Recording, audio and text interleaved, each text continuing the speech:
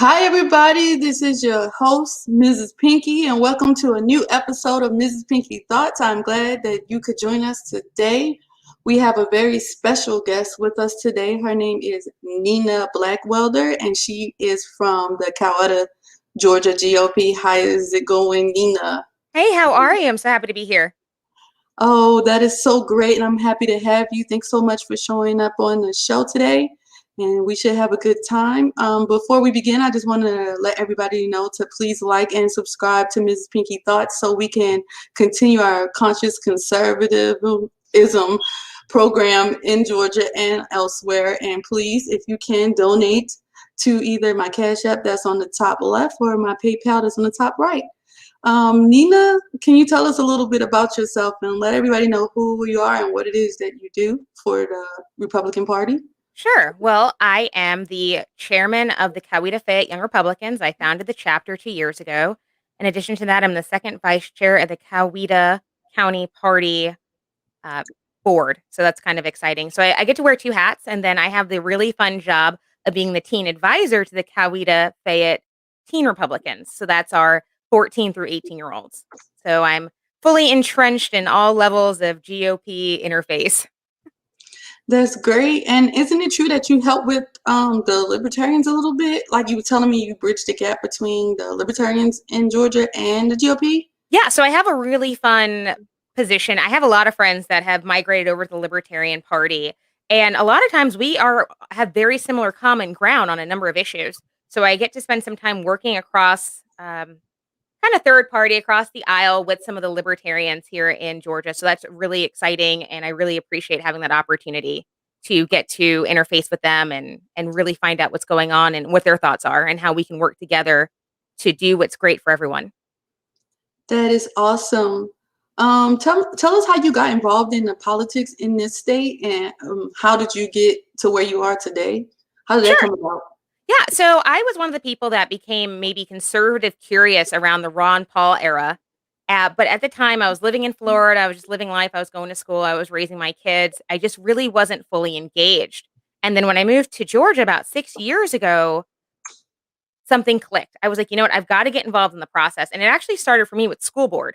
I wanted to be involved in what was going on with school board. And I went to a school board meeting and I thought, gee whiz, I don't really understand how politics really works. What does this look like? How do I interface? How do I jump in? How do I have influence? How do I advocate for what I care about?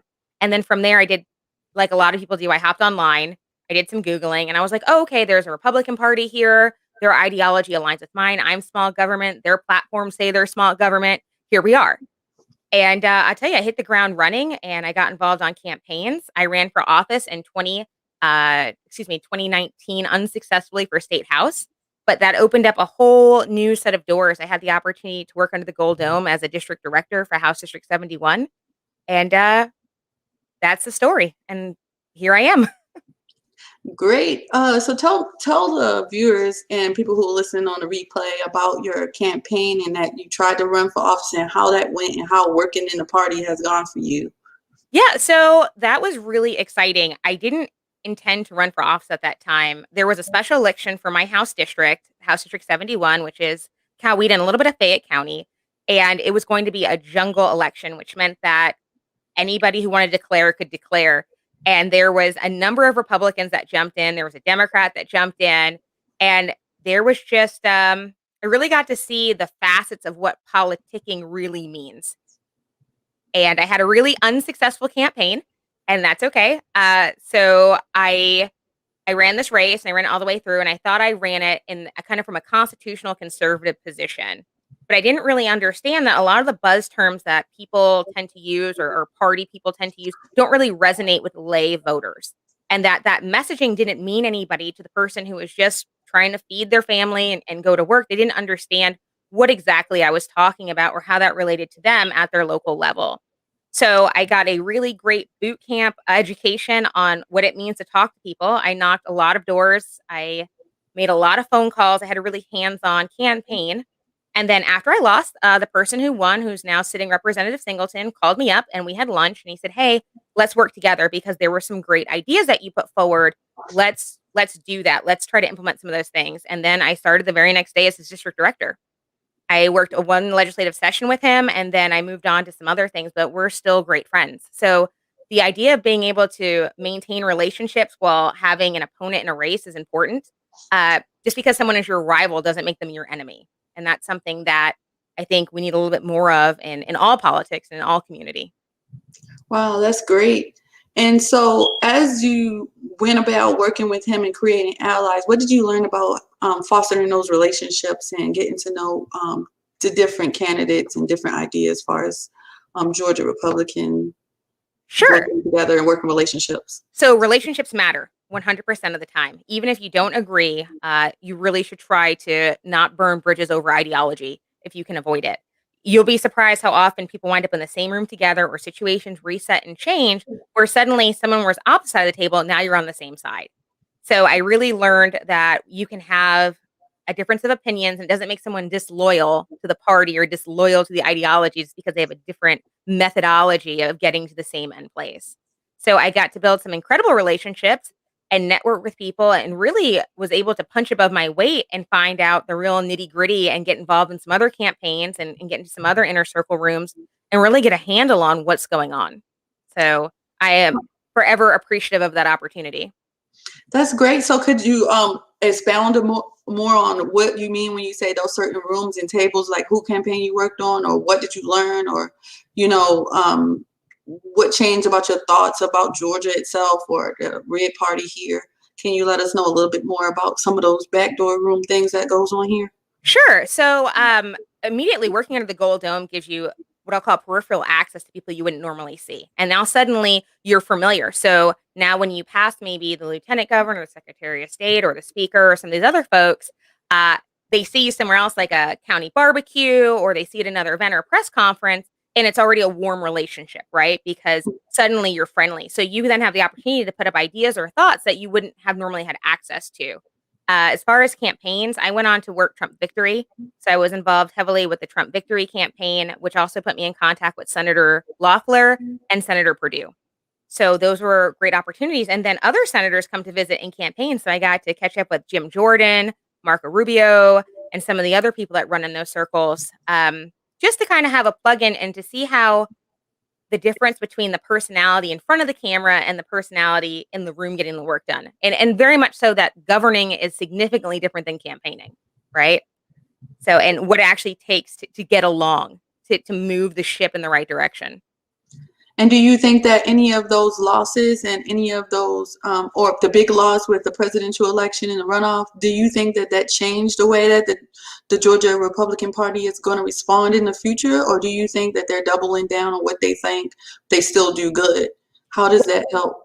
I think there's factions. I think that certainly after the big losses, the presidential, the 2 Senate seats, I think that there was definitely a circular firing squad formed. There was a lot of blame passed around. There was a lot of, is it, the radical right? Was it the Liberty Republicans that cost us this? Was it the establishment suits? Who was at fault for these terrible losses that we felt? And I think that there's still some faction behavior, and we're seeing it play out now in the state party elections, which is kind of interesting. You're seeing kind of the old guard versus the new guard. And of course, a lot of people were brought to the Republican Party, not ideologically, they were always conservative, but now they're involved in the party post-Trump. They have grievances. They don't understand how we lost. They don't understand what's going on with this election integrity investigation. So I'm seeing new faces now at county events, and these people have opinions and ideas, and they're great. But often they're at a impasse with some of the old guard who feel like this is the way we have been doing the last 20 years. So I'm really excited to see what happens, what shakes out, and to see where the middle is. Often when there's tension, that's where we find the greatest ideas, is in that uncomfortable space. So if we wanted to get in leeway or get in, some kind of relationships as an outside organization looking in, or if you wanted to make those relationships, what would be the best route or the best way to go about it?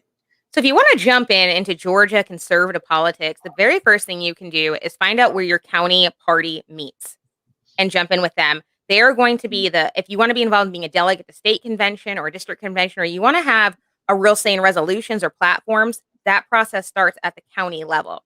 Now, if you're more interested in getting behind a candidate or you want to help with a particular special interest, search those special interests. If you're a pro-lifer, there's pro-life movements here. There's Georgia Life Alliance. If you are a woman conservative, we've got those groups too. I mean, whatever your flavor is, there's something here for you. You're just going to have to engage. They often have a social media presence, but really try to get into an in-person event so you can get a feel for it and know that, this is home for me. This is something that I can work in. This is something I want to do. There's a number of groups around. There's Hispanics for conservative. I'm sorry, for, Republican Hispanic groups. There's Black conservative groups. So if you have an interest in being involved in a special interest group, that's an opportunity. Something by age. Young Republicans is 18 to 40 years old. Teen Republicans under 18. So you're just gonna have to jump out there a little bit. Okay, that makes a lot of sense, and I understand. We have a lot of people who rush the state to help off with the runoff in 2022, and a lot of people have their opinions of what happened with 2022, and I would like to get your take on what exactly happened with the Senate runoff, which is a little bit different than what happened with the presidential election. Yeah. What do you think, as a party chair or just as someone who lives here, what do you think happened with that? Yeah, so I was heavily invested in the Senate runoff process. So, I think there was a lot of disenfranchised conservative voters. We know that we didn't have the numbers, we didn't have the turnout. If we had had the turnout which we had expected, based on the turnout from the presidential election, I think we would have held on to our seats just fine. Unfortunately, the narrative, if you believe it or not, that there was election fraud did have an impact on lay voters. And then there were the voters that were Trump loyal voters. Trump wasn't on the ballot for the runoff. So those people didn't feel particularly obligated or motivated to come out and vote in the election. So we had, some problems there. There were some messaging issues. Certain things don't work. Kelly Loeffler was great for the radical liberal soundbite. That just didn't play when discussing Senator Warnock. So some of those things that resonate with the hard party people didn't land with the independents or just the conservative leaning folks. We tried to peddle fear, and Democrats sold hope. So we didn't have the right messaging. It wasn't appropriate for the pandemic. Of course, hindsight is 2020. So we can all look back and say what we should have done better or could have done better, but that was a huge blow. It's really interesting because now we're seeing lots of people come out who now want to challenge those seats. And I think that's a great opportunity to get some new conservative voices involved. Senator Loeffler has not announced that she's running yet, but she's certainly, I think, gearing up for something. She's hosting an awful lot of meetings. She's doing an awful lot of roundtables. So I don't think she's done with politics. So I think it's going to be interesting to see in what form she reemerges in. Okay. So you said you had some connections with different organizations across state lines. Can you tell us a little bit about those relationships and how they affect your leadership in Georgia? Yeah, so I spend a lot of time traveling to other parts of the country. I like to know what's going on in other areas, how they are interfacing with their constituents, what's working, what are their hot button issues. I'm really excited right now. Texas is doing a lot of work with constitutional carry. So you're seeing a schism happening between, honestly, progressive Republicans and conservative Republicans around the constitutional carry issue. So I think that's a great opportunity. I like when those frictions happen because then the voters get to see exactly who's in office and what we can do to influence that. So I love going, like I said, to other parts of the country to see what their legislation looks like, see what ideas we can port here, see what messaging we can port here, and, help Georgia win. That's great because maybe if we get those wins in Texas and other states, then we can, link back up to our state and be like, okay, now Georgia, go ahead and push constitutional carry, or maybe Tennessee or these other states can start doing the same thing once we form those alliances across state lines. I mean, I'll tell you, I'm sorry, excuse me. I'll tell you, like in Florida, the governor is a rock star. Florida Republicans are happy. They like the position he's taking on COVID passports. I mean, that's resonating with the voters. That's resonating with people who want to be free and to be, to live their lives and to be left alone. And they're our neighbors. So we can just peek over the state line and see what's going on and seeing what's motivating and energizing people. And honestly, what is the small government solution here? So I think we need to take a look around and port some of those ideas for sure. Now we have Dark Party candidate Shane T. Hazel, who's running for the Libertarian candidate for governor of Georgia, and you do have connections with him. That's how I found you, because I was on his show. How do you explain the fact that you still work within the GOP, but you're connected to the Libertarian movement? Because we have so much overlap. How does that play out for you? Oh, Nicole, you're asking the hot question. All right. So that's a really great question. I'm glad you asked it. And I'm going to answer that more from not someone who's a party official, but someone who's just like a person living their life. I know Okay. Shane from when Shane was still in the GOP. Shane came to our county party meeting and he said some really radical liberty things. And some of the people in the room didn't like those things. But I thought, man, Shane is a guy with great ideas. And, he had a different podcast at the time. He had something other than the radical. And fast forward to 2019, I decided I was going to run for state house while I was in Memphis, Tennessee at a Young Americans for Liberty conference. And we went out and it was a whole group of us and it was really late at night. And I'm like, hey, I have this idea. I think I'm going to run. There's a special election in my district. And he was one of the first people that was like, you know what? I think you should do that. I think you should swing the bat. I think that, this would be great for you. So he was one of the first people to take an interest in my, what I'll call like big girl politics. And I really appreciate that. And I think that that is huge to encourage people to get involved in the process, even if they're ideologically not the same as you. Because at that time, he had already stepped away from the GOP. So I appreciate some of the ideas Shane puts forward. I think that Shane represents a really interesting intersection of politics because he's certainly libertarian. He's libertarian, what I call libertarian right. And there's a lot of people from the classic Republican Party that are shifting in that direction. They're dissatisfied with the leadership. They're dissatisfied with their rights being trampled. They're dissatisfied with the, irresponsible fiscal activity that Republican leadership has put forward. And they're finding themselves without a home. And I think that if we don't figure out a way to get back on platform, back on message, we're going to be contending with third-party candidates more and more. And certainly they're going to have an influence on our elections. And if we don't want to be a permanent minority party, we need to get it together. So I think Shane is great. He's getting out his liberty message and his method. He knows that he's a wrench. He's going to continue to be a wrench in the system. And we need to learn how to operate around that and to run true conservative candidates if we want to combat the libertarian candidate and ideology here. That's great because libertarians seem like they have a lot of good ideas and messaging, but as far as a political machine, it's just not non-existent. And that's what I was trying to tell Shane is I would love to see more of them grow, and I would sit here and watch and even cheer certain people on as they grew. But right now we are in, a fight for, our values and with liberty and everything from the left. So right now it just seems like we're fracturing any opposition to the left right now, which overall helps them. So what would you tell someone or a voter that's more middle of the road, a moderate, a centrist, someone that just doesn't want to be part of the duopoly that we got going on? How would you convince them to give the Republican Party another shot or another chance? How would you sell that to them? So it's very hard in this climate to convince them to give us another shot when we've got people like Liz Cheney jumping out there saying things that are not classically conservative.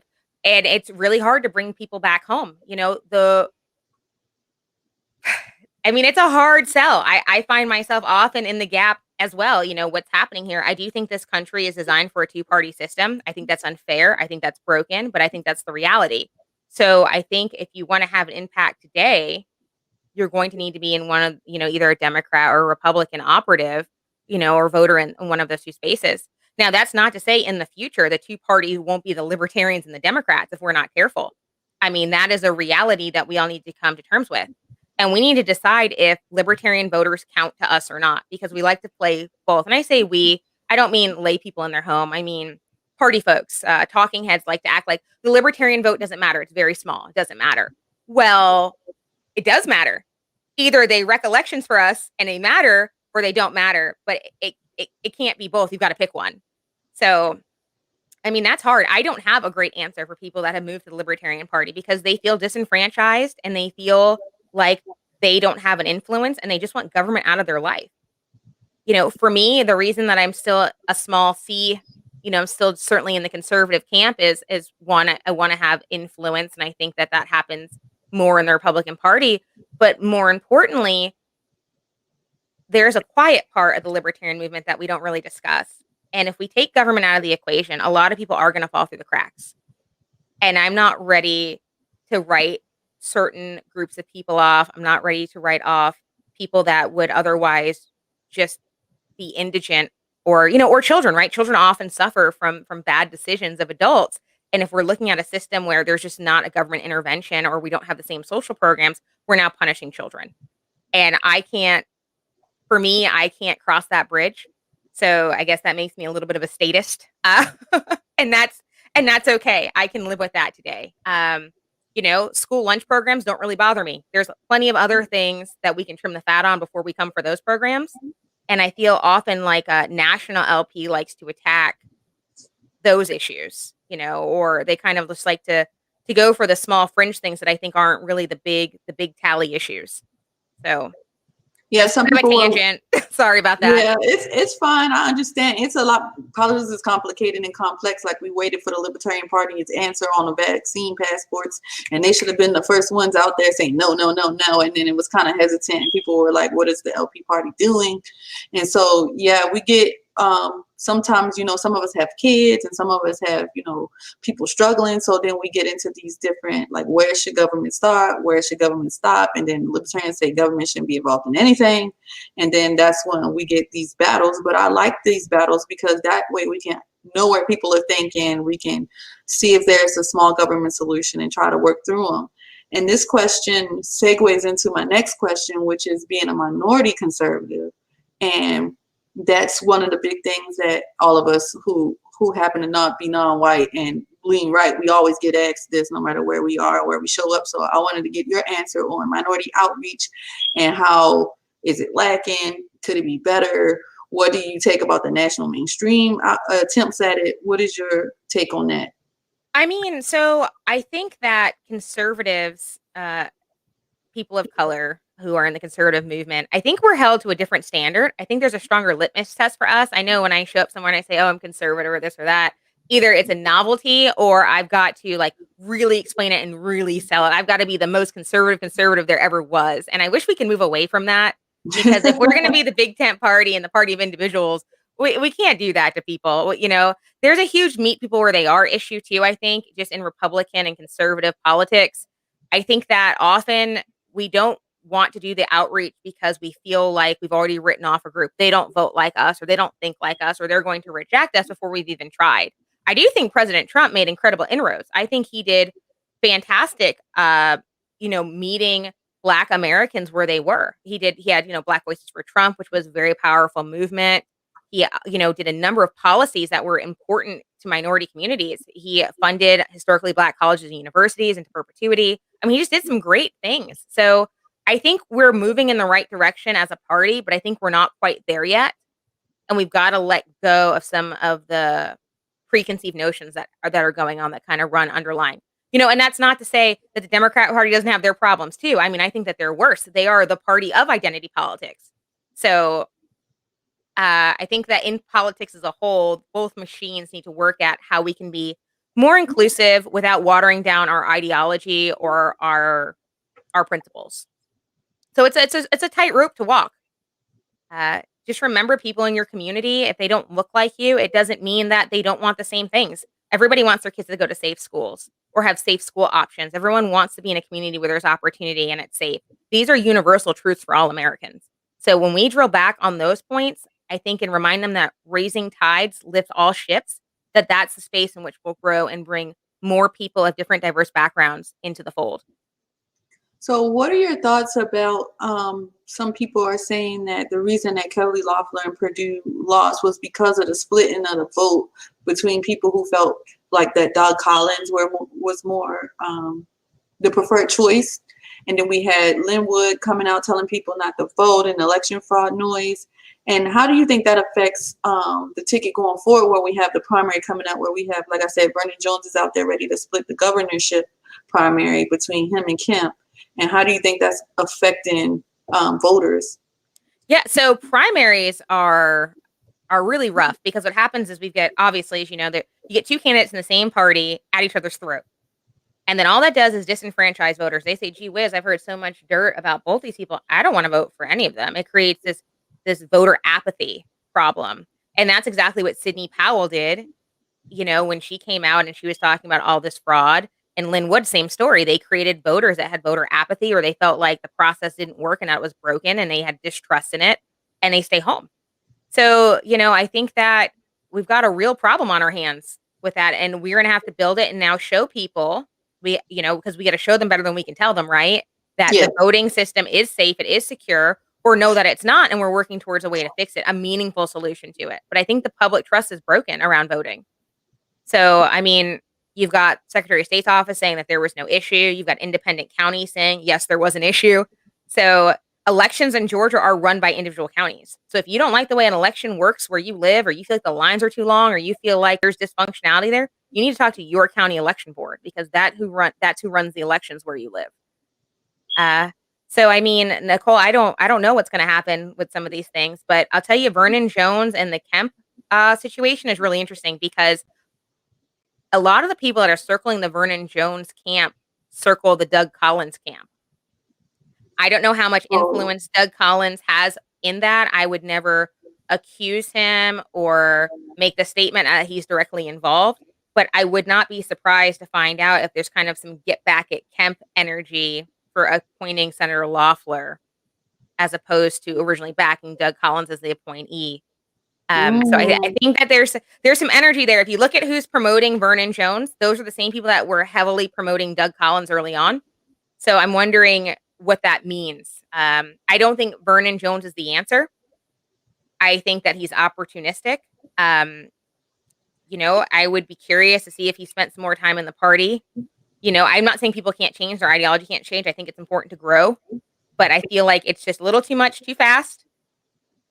And I haven't heard any ideas from him that sound like traditional conservative platforms. So I'm not a fan. Wow. Have you seen any attempts from conservatives to actually go into the urban areas inside of the state and actually try to make any kind of headway? Like, I know that, like, we are the Conscious Conservative. We have our headquarters in Atlanta, but we came to Coweta, which is actually more right-leaning. But have you seen anybody actually try to go down to the local Atlanta and Fulton County and all these other blue counties and try to actually talk to the people and see exactly what their issues are and how we could solve them with small government solutions? So Gwinnett County really tried to have a huge push, and they're in the metro area. And in fact, their Republican chairman, is a Black gentleman who really emphasized minority outreach. Unfortunately, Gwinnett just really didn't perform for conservatives in the last election cycle. So my concern is that there's going to be a pullback. Like, we tried it and it didn't work, rather than trying something different. So I know that some of the metro counties did make attempts at inroads. Were they as successful as they could have been? I don't know, to be honest. I don't know how much of the table was already set, because this was such a polarizing election cycle, where there are people who may have even agreed, who felt like, even if I agree with conservative ideas, Republican ideas, I've got to vote a certain way because X, Y, or Z. So that kind of generational Democrat voting that happens. Okay. Maybe they don't, maybe some people don't understand exactly how to do the minority outreach. That's what conscious conservative media is doing, is trying to teach people a new way to reach minority voters. And I was wondering, because since you mentioned him, maybe we could reach out and maybe we could set something up with him and different other people that are in heavily populated counties, like down in Chatham, down in Savannah, or maybe Augusta and Richmond, or start bridging out of the red areas, which people think are safe, and actually start going into the turfs in the purpley and even moderate Democrats, and reach across the aisle or see what we can do, because obviously something isn't working, and this state is going to turn either even more purple or deep blue within just the next 2 election cycles. Sure. Well, I know the Young Republicans hosted a roundtable with young Democrat leaders. So that was an opportunity to reach across the table and just kind of repair relationships that there is a lot in common. And, people, like I said, people want to get along for the most part, and try to build communities that way. So I know the Young Republicans have tried to make some inroads. I don't know if necessarily it's at the volume it needs to be. I don't think that we're doing enough to actually impact minority communities with limited government solutions. Being the community hand there, I think that's something we can grow and do. But I'll tell you, it's hard to go somewhere that's not your spot. You Yes. know, I mean, that's a real thing, and it's a fear we've got to overcome and figure out how to message it. I mean, and then there's the issue, man. I meet a lot of well-meaning little old ladies in the Republican Party who say atrocious, terrible things. And sometimes I'm like, man, we're on the same team. And you what you got said me was horrible. crazy. This is horrible. Like, why would you even say that? Minute one, I met this lady. She just met me. I was visiting another county's grand opening. I'm not going to say which county because I don't want to embarrass them. And the first thing she did was she was talking to me about desegregation and forced integration when she, like in the 60s, I guess. And I was like, ma'am, like, I don't know what you're talking about. I'm an 80s baby. Like, we're not even that. She was like, and I supported it. And I was like, oh, okay. Like, even though we know forced integration doesn't work, like, I'm glad you supported it as like a talking point. But rather than seeing me as a person, as a mother, as someone who has a stake in the community, as someone who has a nonprofit, as someone who cares, she went right to a talking point she thought would resonate with me. And, and it didn't land.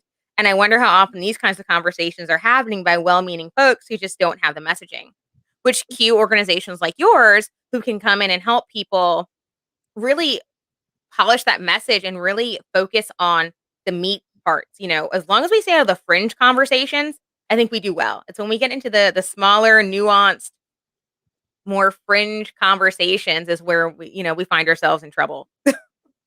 Well, I was thinking if we would message that small government solutions would help everybody, maybe people wouldn't be so feeling disenfranchised by the voting right law because they feel like voting is their ticket to getting what they need. But if they realize that they are the ticket to what they need and not the government, then they wouldn't be so worried about. I mean, we do have to have voter integrity. We do got to stop voter suppression, and we do got to take care of our elections. I'm not saying that, but I'm saying like we have to actually, get back to people realizing that the power is within them and not Uncle Sam. And once they realize that we are for getting Uncle Sam out the way, then maybe they'll understand more where we're coming from. We're not just, trying to uplift white supremacy or any other nonsense or right.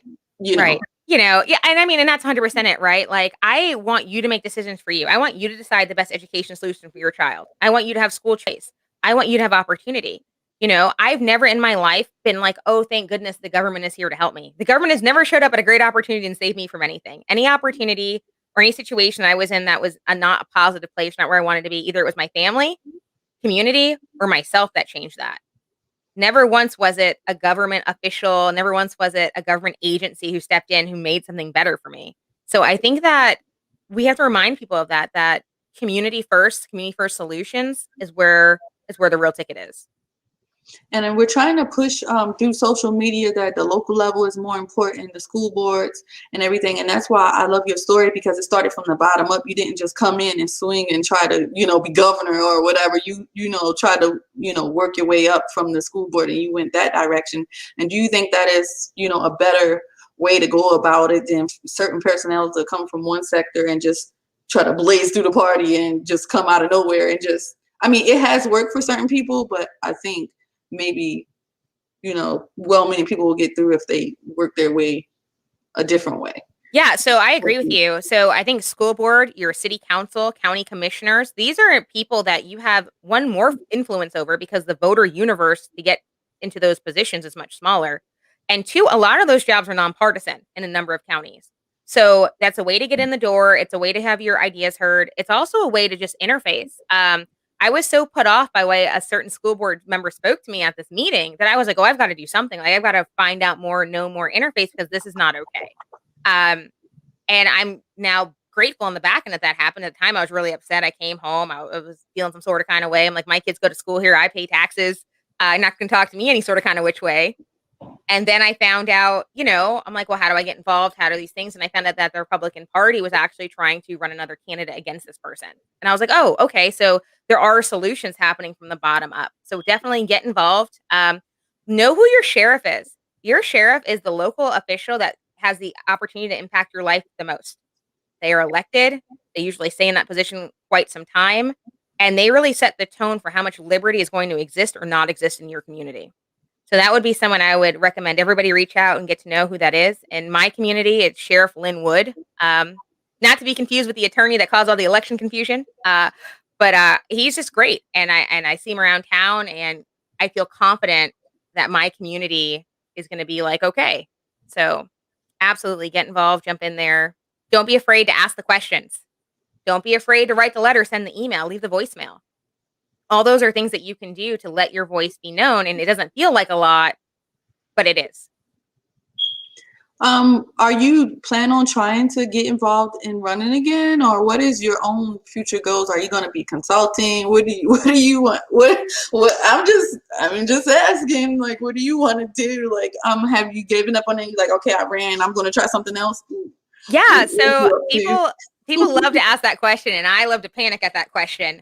So I'm like, oh, don't say that. So I will tell you, when you run for office, your privacy drops to 0. And that's kind of weird. And then there are people you've never met who love things about you, people you've never met who hate things about you, which is really a strange thing, especially when it's not like someone on the internet half a country away. It's like somebody trolling you who like maybe lives in your neighborhood. You're like, oh no. Yeah, I'm like, I didn't even know you felt that way when you were out there walking your dog. So I don't know. I don't know. I've been asked a little bit. I am content with who most of my elected officials are. So I don't feel a need to challenge any of them right now. I am more happy to work in the background. I don't care who gets the credit for it. I only care about what's right, not who's right. So that's kind of the space I'm in. I'm doing some candidate consulting. I've run a couple campaigns now, which is really exciting. I've done some candidate viability testing. So I'm really in that space. I'm working on some policy advocacy. So I'm just having a good time and just learning everything and learning, all these new techniques and people who've been in politics a long time and what they have to say, and trying to read all the books by all the old heads, and just trying to go that route. So I don't know. I am just happy to help others right now. Yes. Do you have any advice for people who want to run and they have no idea, or they might have some idea, but they need help or they need tips? Do you have anything quickly that you could tell them or share with them? Yeah. So I would recommend you go to a candidate school. If you haven't been to a candidate school, go to one. They are usually free or very, very, very affordable. If you have a political affiliation, you can search in Republican candidate school or, whatever your, affiliation if you're an independent. And that is a huge opportunity to learn everything. They'll teach you how to fundraise, how to manage your social media, and really that your candidacy starts long before you declare. And that all the things you need to kind of get all your duckies in a row so that when the day comes, you're ready. Even things like how to file your finance paperwork. There are parts of running that if you have not had exposure to it before, they're very, very foreign.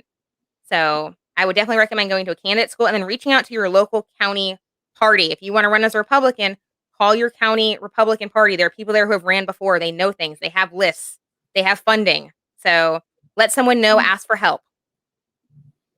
That's great advice, because a lot of people, they get hesitant about getting involved because of the lack of knowledge. And I'm always trying to use my platform to spread that kind of knowledge out and let people get connected with different types of people. What would you say to some of the voters about the upcoming election? Like, what do you think we should participate in the primary? Should we be watching? Who should we be watching? Do you hear any chatter yet of anything else that I haven't mentioned yet? So the Senate races are really exciting. Quite a few people have jumped out and declared candidacy. So we're seeing challengers to Warnock's seat. We're seeing people discussing challenging Senator Ossoff. So I think pay attention to your primaries. Pick a horse, help that person. Find out if you can knock doors for them, if you can donate money, if you can phone bank for them. Pick a candidate, get behind them, because they're going to need your help. Participate in positive campaigns. Don't throw mud at candidates you don't like, because there's a good chance that other Republican could wind up on the ticket. So you don't want to shoot your party's foot in, shoot yourself in the foot because you got ahead of yourself. I was peeking at the FEC filings for Senate committees that have been formed, and I saw that there is someone who has filed out of New York City for the Georgia Senate seat, which I thought was kind of interesting. So he's running as a Republican, but I think it's a publicity stunt. But then I looked up that person's name, and it's Reese McDonald Wright. But unfortunately, I didn't see a social media presence for this person. So I'm really curious to see what's going on with that. That led me to look at the laws. Apparently, when you run for Senate, you just need to be a resident by the time you're elected. So, yeah. I think that was the issue with Ossoff when he was running for his House seat the last time. That was a big deal of him not being in the district and things like that. So I thought that's kind of interesting. So you're seeing a couple of candidates have jumped out. Kelvin King has jumped out as a challenger to Senator Warnock. He has some ads out right now. His wife, you may know, Janelle King, she was on Fox, and she used to work for the Georgia State Party. So it's really interesting to see what comes out of his camp.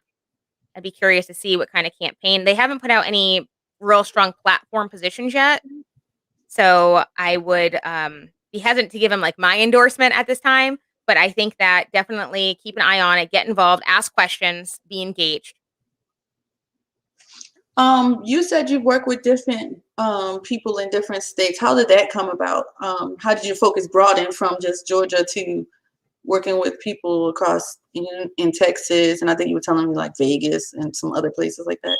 Yeah, so I made great opportunities for networking when I go to a lot of candidate boot camp and leadership events. And when you go to these events, you meet people from all over the country. Keep in touch, have a business card, follow up with them. If they say call them, call them. They might know something going on. They might invite you to it. There might be work there. There might be policy that you're interested in. So absolutely, when someone says call me, or take the initiative to follow up with other people because there's work going on. My daughter, really quickly, is she's going to be 16 soon. I heard her on the phone. She's phone banking in Minnesota right now.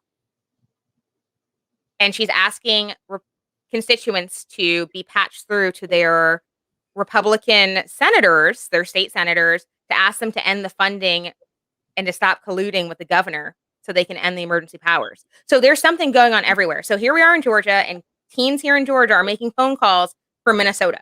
So I think that's huge. I think get involved. There's plenty of work going on. And to really try to engage others and try to influence liberty and limited government everywhere, not just in your own backyard. If people wanted to get in touch with you or to use you for consulting, where could they reach you at so I can get that information out to the viewers and listeners? Oh, sure. Absolutely. So I'm on Facebook. I'm on Twitter. I'm on Instagram. I'm not very active, but if you send me a message there, I will respond. You can also email me at nina@ninablackwelder.com. So that's NINABLACKWELDER. So give me email there if you want to chat or reach out to me on any social media platform. I'm happy to help push your ship in the right direction. I'm happy to help you connect to others that are interested in the same, kinds of conservative ideas that you are. Do you think that between now and 2022, we can right the ship for the Republican Party? A lot of people are, thinking that we're like, oh, it's over. It's socialism now. We're finished. Yeah, Americans are not happy under Biden's leadership. People are cashing the checks, but his presidential approval rating is not high.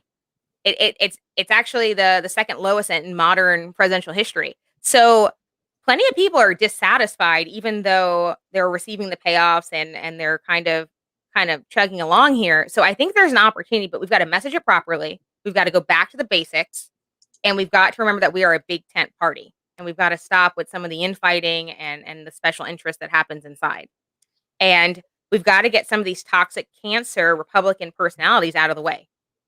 They're doing us no favors. There are plenty of people that hurt the party, way more than they're helping it. So I think there's an opportunity to right it here in Georgia and across the country. I just think we need to seize the opportunity and be hands-on. This is not debate club.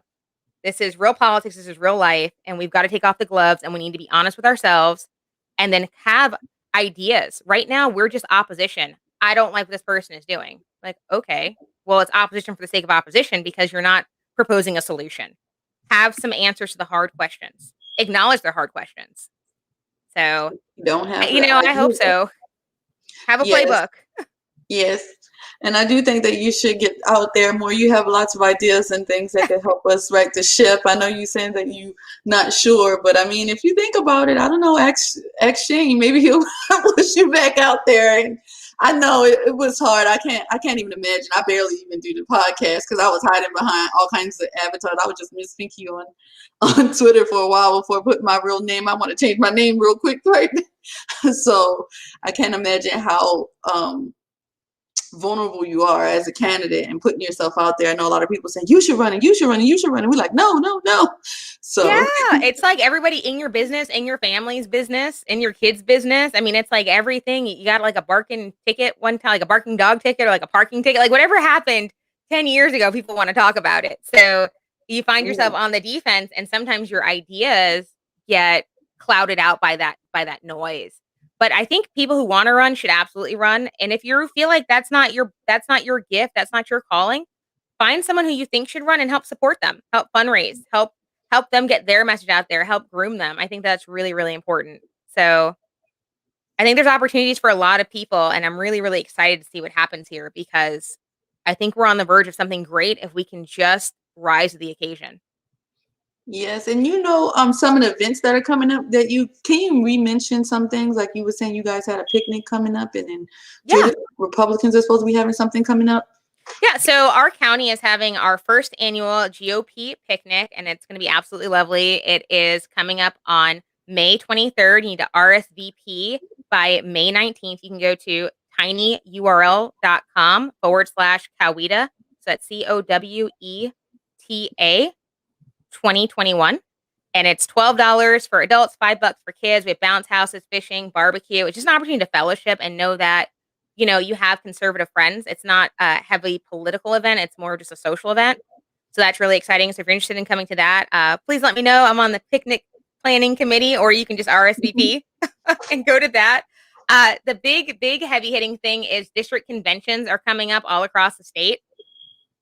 District conventions are where counties get together to put forth resolutions to the state. Now, it's too late to be elected to be a delegate, but you absolutely can go as a guest.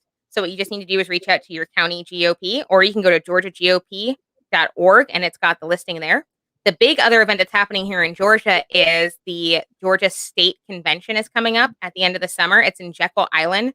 Again, it's too late to be a delegate this cycle, but you absolutely should go as a guest if you have the opportunity. There's tabling going on out there, and just a great opportunity to meet some people around the state and see what they're doing. One of those networking opportunities. So if you'd like to get involved in the next convention cycle, again, that starts at your county party level, and you jump in there and you just say, hey, I want to be a delegate, or I want to be an alternate, and they put you right in the mix. It's a great process. That's great. And do you have anything last to say to anybody who may be a minority or a woman, or anybody who might just feel leery of trying it out in their own area? What advice would you give them? Gosh, I mean, jump in. I mean, what's the absolute worst thing that can happen? You don't feel welcome, or you don't gel. I mean, you're no worse off if you don't, if you jump in and you don't like it. Reach out to me, call me. Reach out to me. I'll go with you. I might know somebody there. I might have an experience there. I've had lots of positive experiences. I know that's not everybody's testimony, but for me, I've had great opportunity. I live in a great county with with some great people there. So yeah, jump in, try it, be the change you want to see in the party. If you don't think there's enough women in your club, you got to get in the club. If you don't think there's enough people of color there, you need to show up in the room. So bring a friend with you. I mean, there's nobody scary there. There's no one there that's going to do something mean to you. So please get out, get involved, be the change you want to see in your community, be the change you want to see in your politics. Well, thank you so much for joining me tonight on MrsPinky Thoughts. I'm your host, MrsPinky, and this was my special guest, Nina. If you need to contact Nina, she says she's on Facebook, she's on Twitter. You can email her. You can contact me on my Twitter. I have all my links along the bottom of the screen. If you want to contact me, if you want to contact Nina, you can do the same thing. Thank you again, Nina, for accepting my request to come on and speak your mind and talk about these things. Thank you again. Thank you so much for having me. Thank you, guys, and you have a good night.